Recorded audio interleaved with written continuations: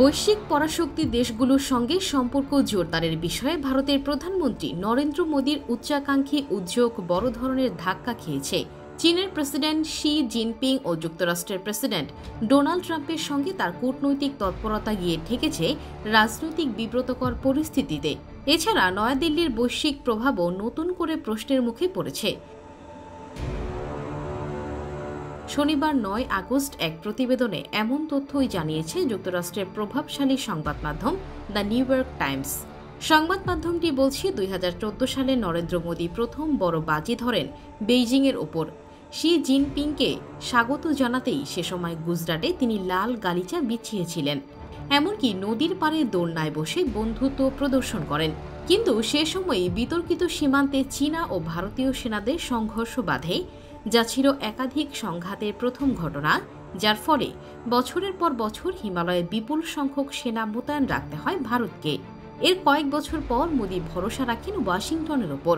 চীনের মোকাবেলায় যুক্তরাষ্ট্রকে ভরসা হিসেবে দেখেন তিনি এবং সম্পর্ক জোরদারে সবটুকুই দেন।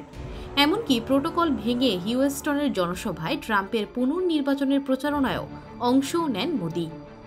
এই কূটনৈতিক ধাক্কা ভারতের কৌশলকে আবার কৌশলগত স্বায়ত্তশাসনের পথে ঠেলে দিয়েছে, যেখানে গভীর জোটের বদলে পরস্পর বিরোধী সম্পর্কের সমন্বয়ে ভরসা রাখা হয়। সীমান্ত বিরোধ মীমাংসিত না হলেও বর্তমান বাস্তবতায় বেইজিংয়ের সঙ্গে যোগাযোগ পুনরায় শুরু করেছে মোদী সরকার। যদিও চীন চলতি বছরের মে মাসের সামরিক সংঘাতে পাকিস্তানকে সমর্থন দিয়েছিল।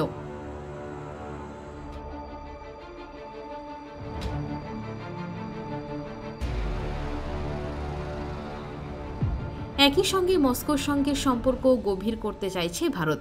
প্রেসিডেন্ট ভ্লাদিমির পুতিনের সঙ্গে কথা বলে ভারত রাশিয়া বিশেষ ও প্রিভিলেজড কৌশলগত অংশীদারত্ব পুনঃনিশ্চিত করেছেন মোদী এবং এই বছরই তাকে ভারতে সফর করতে আমন্ত্রণ জানানোর প্রস্তুতি নিচ্ছেন।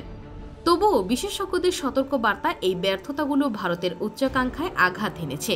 ভারতের সাবেক রাষ্ট্রদূত নিরুপমা রাও বলেন, ট্রাম্পের শুল্ক আরোপ খুবই গুরুত্বপূর্ণ একটি অংশীদারিত্বের কৌশলগত ভিত্তিকে নষ্ট করেছে। আর সাবেক উপদেষ্টা সঞ্জুয়া বারু মনে করেন, ট্রাম্প ও মোদীর ব্যক্তিগত স্টাইল দ্বিপাক্ষিক সম্পর্ককে দুই দেশের মধ্যে নয়, বরং দুই নেতার ইগোর লড়াইয়ে পরিণত করেছে।